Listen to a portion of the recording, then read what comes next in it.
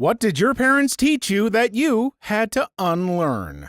Story 1. That you should never do anything for others because nobody will do anything for you. I understand because my mom came from a very rough household growing up, but it was frustrating whenever she found out I bought lunch for my friends or gave someone a ride. It would always be the, nobody will look out for you, why do the same? That sucks. I probably would have thought that if it weren't for my classmate's mom in second grade. She bought me new shoes because she knew my mom couldn't afford it that year, then never asked for anything, didn't even expect me to hang out with her kid. She just gave me shoes and disappeared, and is a huge part of the reason I am who I am. Even if people can't pay you back or say more than thanks, they definitely appreciate the nice things you do, and it can have a positive effect on the world. My mom told me, always give, but never expect anything in return. It's nice being a giver, but not so nice when people are always taking. There's a happy balance between our mom's dichotomies. Giving lets you learn something about what kind of a person is receiving. As long as you don't expect anything in return, you're making out way ahead. For example, I went to grab some coffee and grabbed the s'mores bar for my teammates. There's 6 of us. Handed it around on a plate with a knife for them to cut off what they wanted. Everyone took some and handed it on. New guy, let's call him Jim. By the time it came around to Jim, there was about half left. He picked up a knife, started to cut some off, then changed his mind and ate the whole thing. Didn't look around to see if anyone hadn't had any. Some hadn't. Didn't check to see if it was okay, just scarfed it. What I learned was you don't assume that Jim will feel obligated to do his fair share of work. If you're splitting work with him, make sure it's really clear what he's expected to do. That was his second week there, and it's been pretty accurate since then. He does his work, but if he doesn't see it as his work, he doesn't feel obligated to help out. I'm having a really hard time picturing someone legitimately doing that without so much as a twinge of shame or feeling selfish. Yeah, honestly, if you give to others without expecting in return, especially with younger people, it can really make a difference in their life.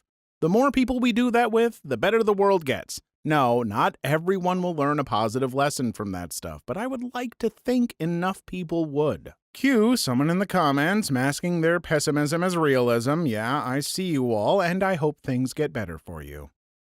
Story 2. Quality over quality.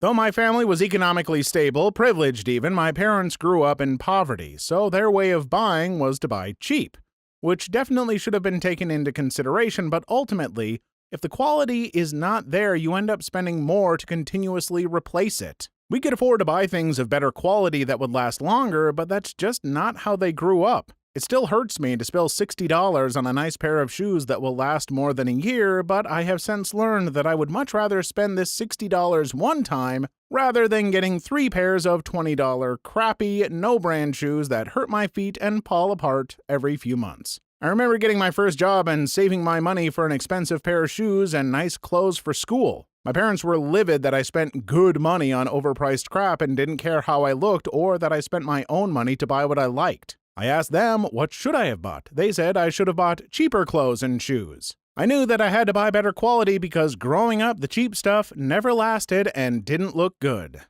In before Vimes' boot theory of economics. Well, I'm glad at least someone in this post mentioned Vimes, though it should be mentioned that his Boots theory of socioeconomic unfairness wasn't about how you should buy more expensive boots because they last so much longer, but that poor people couldn't afford the good boots, meaning they had to buy the cheap boots, and because they had to buy them so frequently, they couldn't save up for the good boots. It wasn't advice so much as it was a sad commentary on how the system keeps poor people poor. If you're curious, this is from a wonderful fantasy comedy book called Men-at-Arms from Terry Pratchett's Discworld. Sorry, long mainly facts comment, but if you mention something Pratchett, I'm gonna prattle on. Story 3. That anger doesn't have to be the default reaction to anything you don't like. Someone has a different opinion, they're telling you you're wrong and stupid and you should be peed. Someone makes an offhand comment that struck you the wrong way. They're a-holes! You should be peed. Anything, anytime, anywhere happens that you didn't like for any reason, be peed. No thanks. It makes for a crap life. Edit. Wow, you guys, I'm glad that this is something positive for everyone, and a lot of people have asked how to do this for themselves or others. So instead of trying to reply to everyone, I'll give the shortish answer here. First, realize that being angry at everything is going to make life pretty horrible. then it's just reminding yourself every time you have that gut reaction to ask yourself if it's worth it or not. 9 times out of 10, it's not. If it's situational, try and make the best of it as best you can, depending on the situation, obviously. If it's personal, try to see the other person's perspective. If they're being an a-hole, think of something you're going to enjoy doing later, smile, and wish them a great F-off while you go about your day, because a-holes aren't worth your emotional effort of being angry. My mother was and still is like this. Everything she says is about how stupid someone is, even if they didn't do anything wrong. I didn't realize how extremely mean and ill-tempered she was until a few months ago. I just thought it was normal for the longest time. My wife met my mom and thought my mom hated her. I had to explain that my mom just complains about everything and everyone. Somehow, I turned out the opposite of her and my father, who yelled at me for anything I did. You'd think I was stoned. I'm so calm and focused. Guess their crazy parenting had a negative effect on me. Lucky me. Story 4. That I'm not done eating until the plate is clear. I remember dining with this very traditional Italian family. My plate was never empty because they're giving me more without me saying anything. If that were the rule, I'd still be eating with that family 20 years later. Finishing your plate is a sign that you want more food. If you don't want any more, leave a little bit. Oh, but don't expect them to stop feeding you quietly. Sometimes it's easier to just keep eating until Mima starts falling asleep at the table. Italian food cooked by an Italian grandmother is so good that nature had to balance the experience by making you deal with an Italian grandmother to eat it. Hey, my grandmother was Italian and never once did I have to deal with her. That woman was the brightest ray of sunshine on this earth, and every moment in her presence was a damn delight, and I would gladly eat to bursting if it meant I could spend one more evening at her table. Miss you, Grandma. Story 5. A few years back, our upstairs neighbors in our apartment would fight at least 2 to 3 times a week. I'd always mention to my family that I wanted to call the police because we all know there's some kind of abuse going on upstairs, but my grandma insisted I stay out of it. One night, I couldn't stand it, so I took my dog out for a walk, and while I was out, called the police. I came back home 5 to 10 minutes later, and the police are outside. I feigned surprise to my family. Neighbors to their side must have finally called, my grandma said. Yeah, at least someone called eventually, right? I mean, hypothetically, if we did call sooner, sure, we'd save someone upstairs months and months of abuse, but hey, it's best we stay out of the way, right? A week later, the apartment above us was empty and the girl was nowhere to be seen with them. My family still doesn't know I was the one that called, but I'm still damn proud that I did. Didn't even realize how much this riled me up until I typed this out. Holy crap. Weird how your grandma seemed to express relief about others calling as if the right thing had to be done, but just not by anyone in the family. Grandma probably just didn't want anyone in her family to get involved in fear of possible retaliation, which is totally real. There's a reason cops hate domestic calls. They are the most likely to be deadly.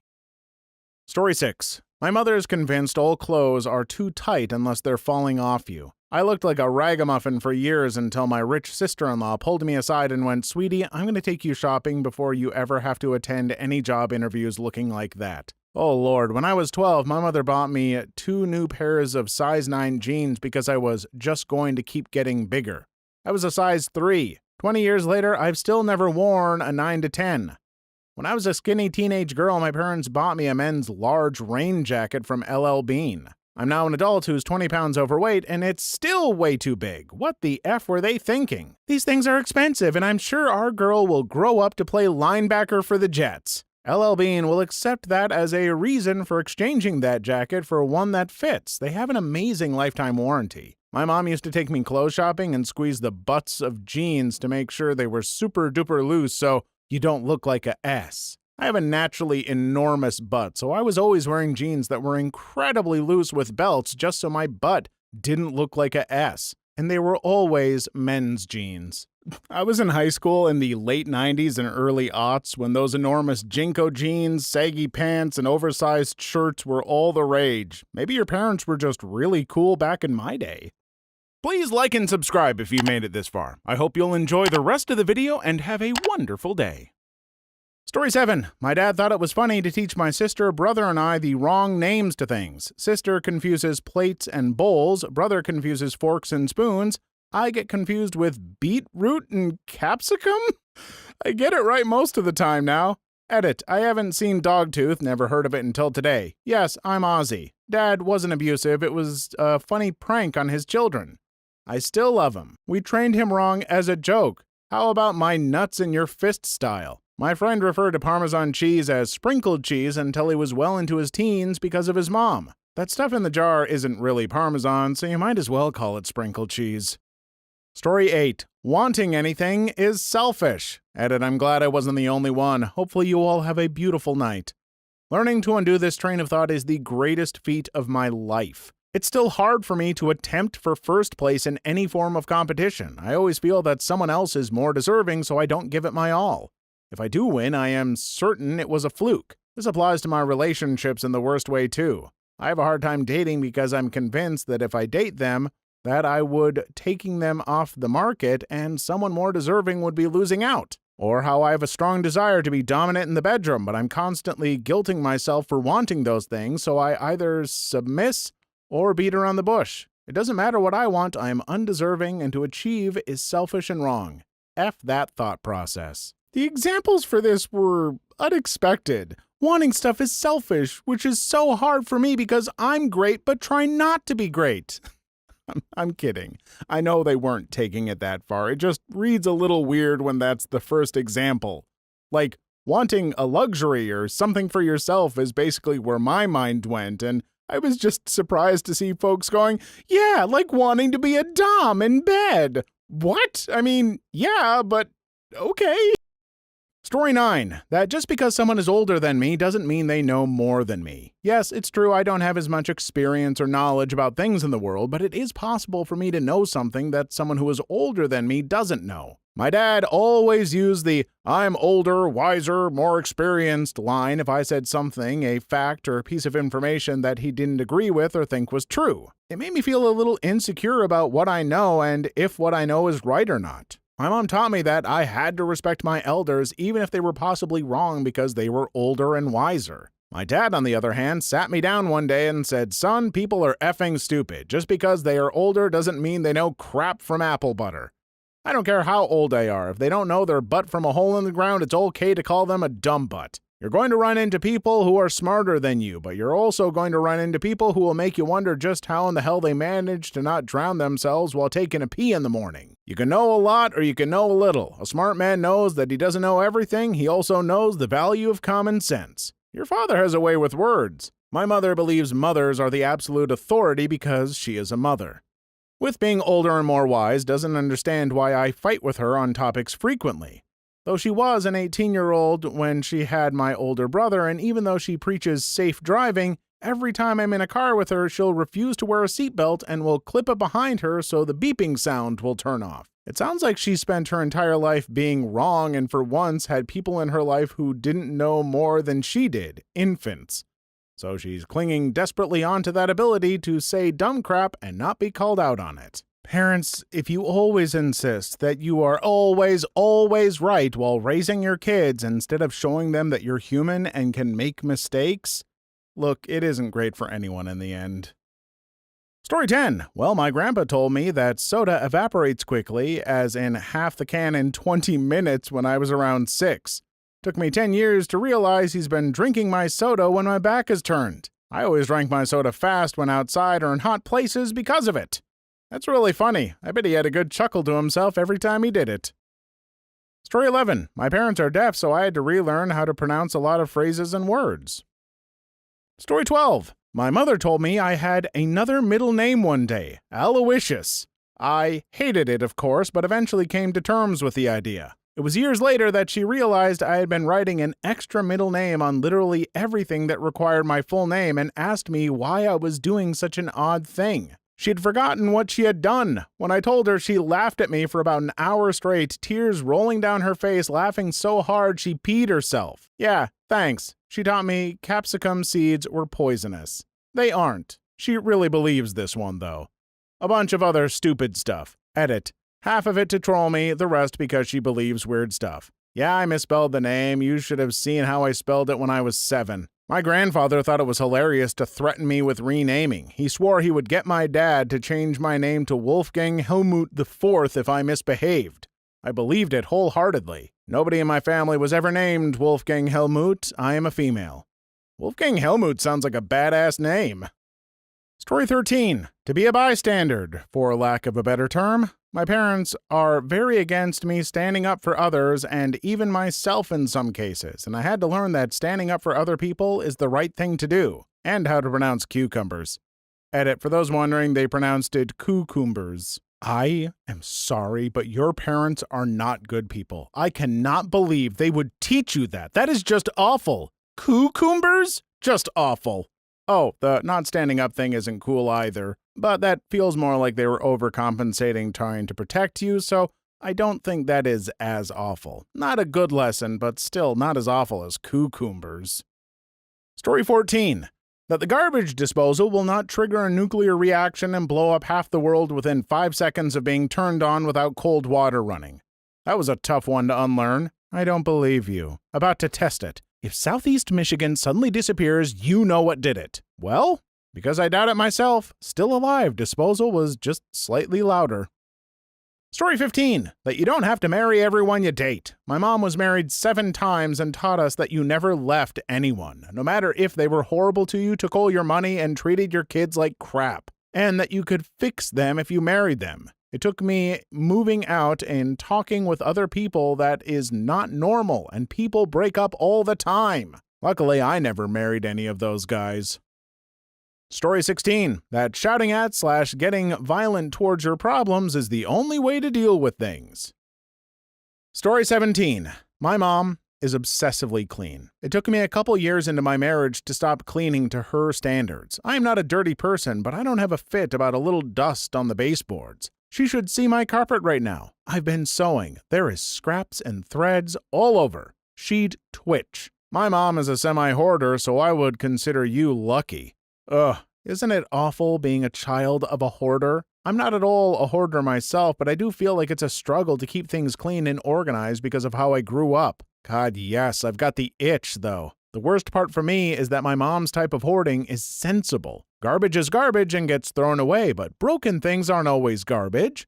All that cool, rustic-looking furniture you see on Etsy and crap, my mom has an eye for that sort of thing. Someone throws out an old dresser, she can see that if you just strip the crappy paint off, fix the broken side, cheap as crap to do, and slap a sealant on it, it'll look effing gorgeous. It's all very sane. The problem is, she sees these awesome projects all the time and finds it very difficult to turn one down. Combined with her mediocre health, plus her many, many other interests, they don't get done and pile up. My sis and I have the same eye, and it's hard. You see all this awesome crap you know you can do, but then you have to stop and think, okay, I see what I want to do. Do I have room? Do I have time? Do I have the money? Do I have the energy? And if you fail any of those, you have to let it go or it piles up. Fortunately, my sister's husband will throw it out if it sits for too long, and I periodically go through all my crap and downsize, so neither of us has the piles and pathways in our homes. Oh man, my parents keep almost everything free/cheap or that you could possibly reuse, and they don't care about anything being ugly. Those big yogurt containers, baby food jars, where do they even get them? They don't even buy baby food, twist ties. They'll go to the dollar store and spend $60 to $100. Oh, and my dad used to travel for work and still has a box full of 13-plus-year-old unused mini shampoos and soaps. I have to really make a conscious effort not to keep everything just because it might be useful one day. Yeah, in my old house growing up, we kept a little too much, a lot just in boxes. However, that didn't spread to me. In fact, that kind of had the opposite effect on me, that now I just don't keep anything. I've moved many times, and most times I get rid of most of the stuff I own because I fear hoarding things. And my house growing up was not hoarder level, mind you, but I still fear it. Story 18. Cooking chicken. Until college, I thought that chicken was supposed to be dry. I hated it. My buddy cooked me chicken parmesan, and it was the best chicken I ever had. My mom is paranoid and overcooks the hell out of everything to make sure it's safe. Wasn't until I dated someone who cooked with a thermometer that I realized that meat doesn't have to taste like cardboard. I bought my mom an instant read thermometer and have tried to get her to use it, but she can't shake the feeling that it's not done enough unless it's being cooked twice as long as it should be. Bonus, she also hates cooking because it takes so long. For example, 30 minutes to grill a steak. This was painful to read. It's even more painful to eat. At that point, why spend money on steak when you can just eat the charcoal instead? Story 19. That Emperor Nasi Goreng built the Great Wall of China to keep the rabbits out. Please leave your story in the comments. I would love to make a video on them in the future. Also, don't forget to like and subscribe.